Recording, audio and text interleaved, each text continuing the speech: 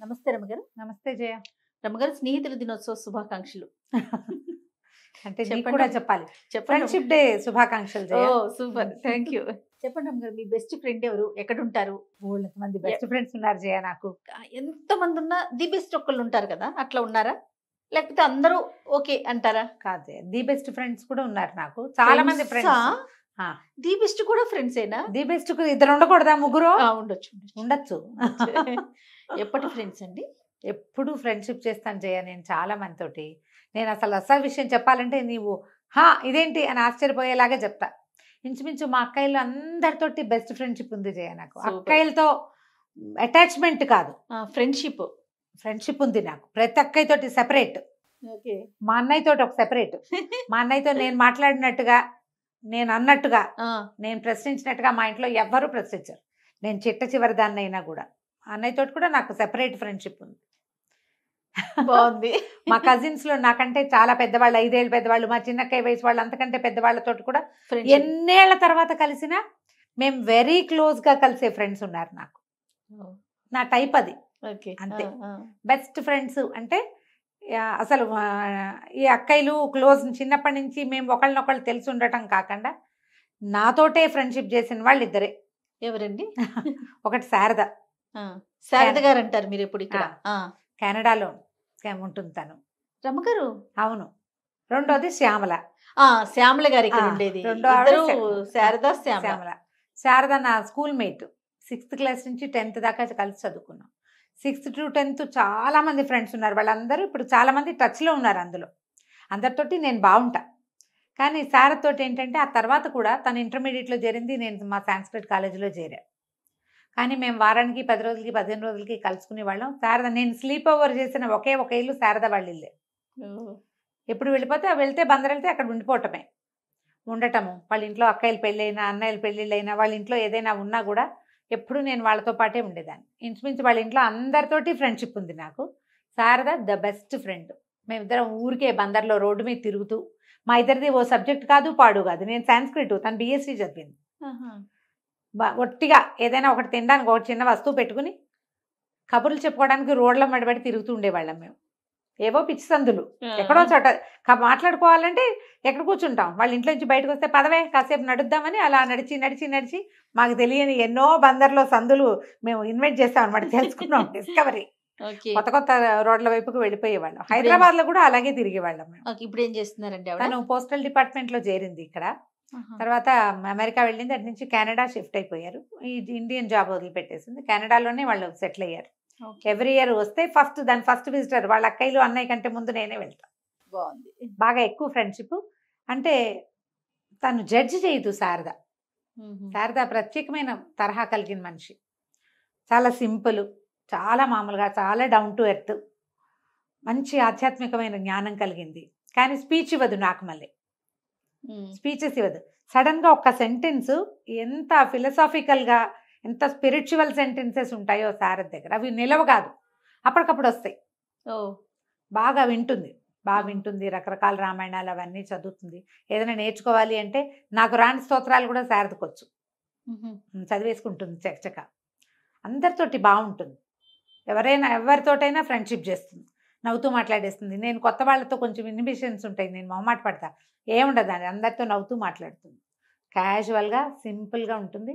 ఎంత గ్యాప్ వచ్చినా, మేము ఒక సంవత్సరం పాటు మాట్లాడుకోకపోయినా సరే, సంవత్సరం పూర్తిగా మాట్లాడుకునే రోజులు కూడా ఉన్నాయి. అంటే ఎవరి పనులలో వాళ్ళు బిజీగా ఉండు, కొట్లాటలేవు, పాడలేవు. అసలు మా ఇద్దరికి టగ్ ఆఫ్ వార్ ఎప్పుడూ లేదు.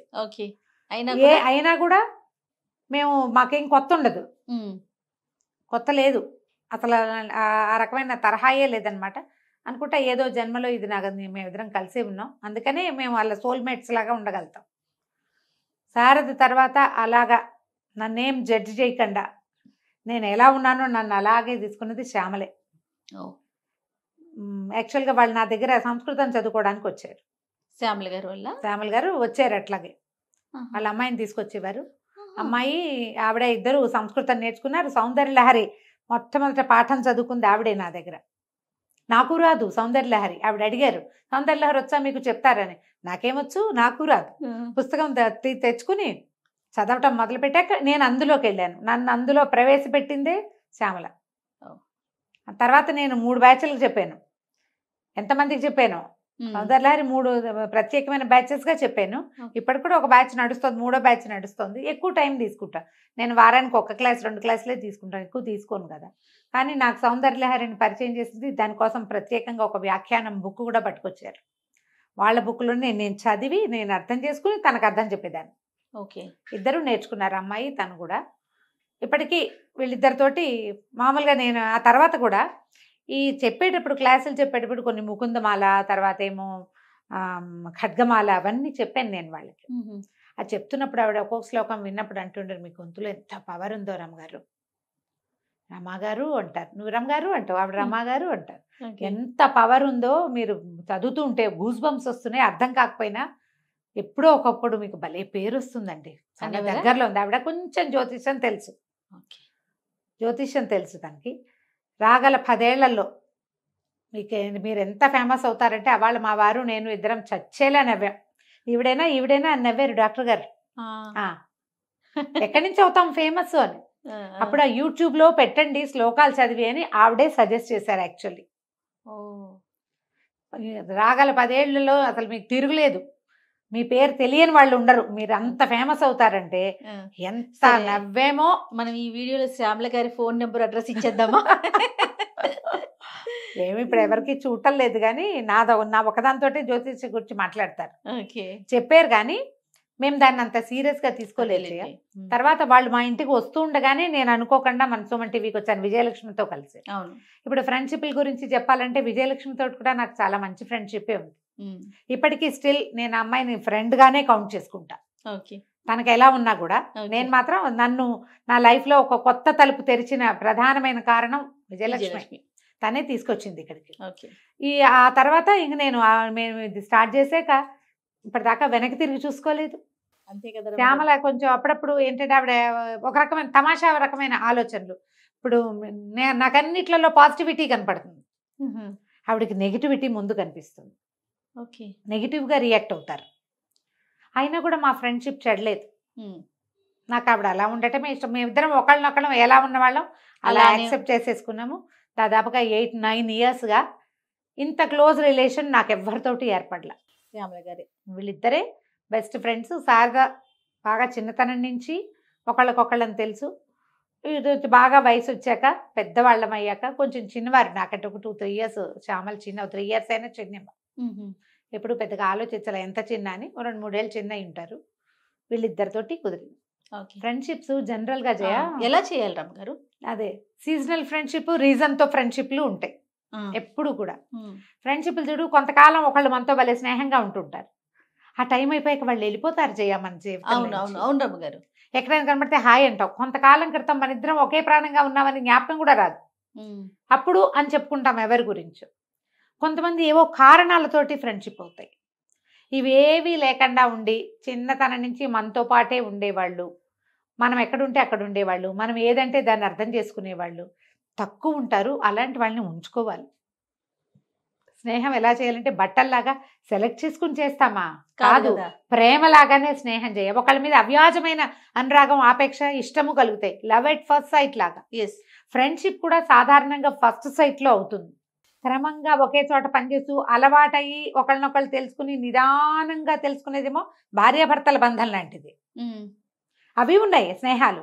ఒకే చోట వర్క్ చేస్తూ కొలీగ్స్ లో కొంతమంది చాలా క్లోజ్ అవుతారు. అవును అవును, అది స్నేహం. కొంతమంది ఇట్లా కనపడంగా కానీ మొట్టమొదటి చూసుకున్నప్పుడే ఒకళ్ళ మీద ఒకళ్ళకి ఏదో చిన్న ఆకర్షణ కలిగి మాట్లాడుకోవటం మొదలుపెట్టి ఇక క్రమంగా విడదీయరాని స్నేహం అవుతుంది. ఈ రెండు శాశ్వతంగా ఉంటాయి. లవ్ ఎట్ ఫస్ట్ సైట్ ఉంటుంది, ఫ్రెండ్షిప్ ఎట్ ఫస్ట్ సైట్ అంతే. తర్వాత మారిటల్ దీనిలాగా ఉండే ఫ్రెండ్షిప్లు నిలుస్తాయి. అలా కాకుండా రీజనల్గా రీజనింగ్ తోటి ఏదో ఒక ప్రత్యేకమైన పరిస్థితుల్లో కలిసేవాళ్ళు పరిస్థితులు అయిపోయాక విడిపోతూ ఉంటారు. స్నేహం ఎప్పుడు లోతైన బావిలో వేసిన రాయిలాగా ఉండాలి. మనం బావిలో ఒక రాయి వేస్తే నిశ్శబ్దంగా వెళ్ళిపోతుంది అది కిందకి. అదే చెరులో వేసామనుకో ఏమవుతుంది, ఇలా ఇలా ఇలా ఇలా ఎగిరెగిరి పడిపోతాయి అలలు. ఎంతసేపటికి అది వేసి ఇంత టిగ్గురాయి బుజ్జిది, ఇంత చిన్నది వేసినా అంతే కలకలం వచ్చేస్తూ ఉంటుంది. మనం ఏదైనా ఒకటి తీసి మన రకాన్ని చూపించినప్పుడు అవతల వాళ్ళు అట్లా రియాక్ట్ కాకూడదు, చెరువుల్లాగా బావిలాగా రియాక్ట్ అవ్వాలి. వాడు నిజమైన ఫ్రెండ్. మన తప్పుని, మన పద్ధతిని, మన రకాన్ని సహజంగా తీసుకోగలిగే వాళ్ళతో ఫ్రెండ్షిప్ చేయాలి, నిలబెట్టుకోవాలి దాన్ని. ఏ పరిస్థితుల్లో అయినా చుట్టాలు పక్కాలు వదిలేస్తారు, అన్నదమ్ముల్లో తగాదాలు వస్తాయి, స్నేహితులు మాత్రం చివరి దాకా ఉంటారు జయ. నువ్వు నుంచుకోవాలి దాన్ని, అది మనలో ఉంటుంది కదా, డెఫినెట్ గా నిలబెట్టుకోవాలి కదా స్నేహాన్ని. ఖచ్చితంగా అండి, నిలబెట్టుకునే ప్రయత్నం చేయాలి. ఫ్రెండ్షిప్ డే అంటే ఏడాదికి ఒక రోజు ఏమిటి, మదర్స్ డే, ఫాదర్స్ డే లాగా స్నేహితులు నిత్యం ఉంటారు, రోజు ఉంటారు కదా. అంతేగా, ఇప్పుడు వాట్సాప్ గ్రూపులు వచ్చినాయి, మన క్లాస్మేట్స్ ని, స్కూల్ మేట్స్ ని, కాలేజ్ అందరినీ కలుస్తున్నాం. ఆఫీస్ కొలీగ్స్ ఒక గ్రూపు, చిన్నప్పటి కజిన్స్ ఒక గ్రూపు, కజిన్స్ లో ఫ్రెండ్స్ ఉంటారు, వాళ్ళది ఒక గుంపు. ఇన్ని రకాల గుంపులో మనం అందరితోటి ఇప్పుడు టచ్ లో ఉంటున్నాం, ఇప్పుడు చేస్తున్నాం మనం ఆ పని. కానీ మనసు విప్పి ఉంటున్నామా లేదా అనేది చూసుకోండి. స్నేహం ఎప్పుడు కూడా మనసిచ్చి పుచ్చుకునేటట్టుగా ఉండాలి. వాళ్ళు ఇస్తే తీసుకోవటం కాదు, లేదా నువ్వు ఇచ్చేసి వాళ్ళ మీద డిపెండ్ అయిపోవటం కాదు, ఇవ్వాలి, తీసుకోవాలి, మనసు ఇచ్చి పుచ్చుకోవాలి స్నేహానికి. అలాంటి ఫ్రెండ్స్ నాకు ఎంతమంది ఉన్నారో పేర్లు చెప్పంటే లిస్టు 25 మంది చెప్పేస్తా చేయని మాట్లాడుకోవడానికి. వీళ్ళతోటి ఎప్పుడైనా ఏ ఇన్హిబిషన్స్ లేకుండా ఏ విషయాన్నైనా ఓపెన్ గా ఫ్రీగా మాట్లాడగలిగే స్నేహాలు 1, 2 కాదు, డజన్ ఉంచుకోండి. అది ఎప్పుడు తెలుసా, అవతల వాళ్ళు మనం చెప్పిన రహస్యాన్ని మిగిలిన వాళ్ళకి చెప్పే వాళ్ళని మాత్రం సెలెక్ట్ చేయకండి. అలాంటి ఆషాఢభూతులు ఎంత మంది తగులుతారో మనకి. మనం చెప్తే మనం ఏదో మిమ్మల్ని నిన్ను నమ్మి చెప్పాను, నువ్వు ఇంకొకళ్ళకి చెప్పేస్తే ఎట్లా? ఇక నీకు నాకు ఫ్రెండ్షిప్ ఏమిటి? నీకు నాకు ఫ్రెండ్షిప్ లేదు, నువ్వు అసలు ఫ్రెండ్షిప్కే పనికిరావు. అంతే, ఖచ్చితంగా.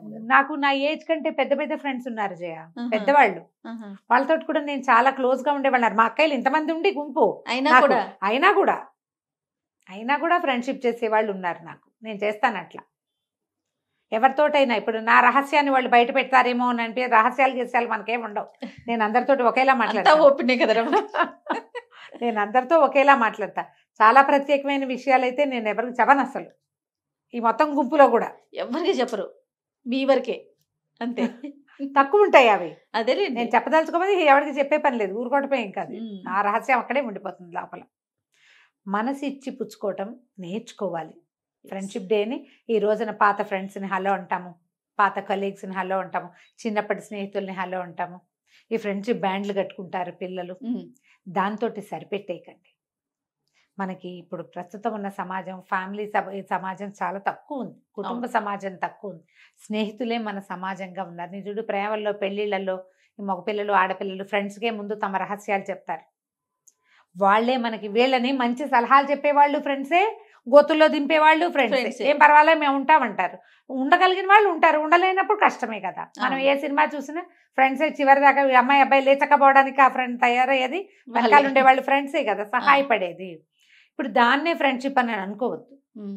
చివరి దాకా మిమ్మల్ని సపోర్ట్ చేసేవాళ్ళు, మీరేమిటో మిమ్మల్ని అదే విధంగా స్వీకరించేవాళ్ళు. అర్థం చేసుకోవటం కాదు, నువ్వు ఎలా ఉన్నావో అలా తీసుకోవాలి అంతే. ఇప్పుడు అద్దంలాగా ఉండాలి ఫ్రెండ్స్.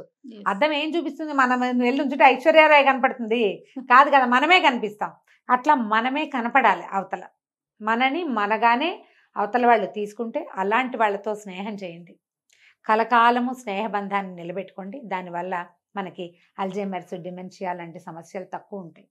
లోపల షేర్ చేసుకోలేని బాధలు కానీ, ఒంటరితనం కానీ, ఫ్యామిలీతో డిపార్ట్ అయిపోవటం కానీ, ఉద్యోగంలో సమస్యలున్నా, వ్యాపారంలో సమస్యలున్నా స్నేహితులతో షేర్ చేసుకుంటే, మనం చూడు ఇంట్లో వాళ్ళకి చెప్పుకోలేని రహస్యాలు కూడా స్నేహితుల దగ్గర ఏ ఇన్హిబిషన్స్ లేకుండా చెప్పగలుగుతాం. అవును, అలాంటి స్నేహాలు పెంచుకోండి, ఆ స్నేహితుల్ని ఉంచుకోండి మీతోటి. Happy friendship day. Thank you రమ్మ గారు, మీకు కూడా హ్యాపీ ఫ్రెండ్షిప్ డే. నమస్తే. నమస్తే జయ.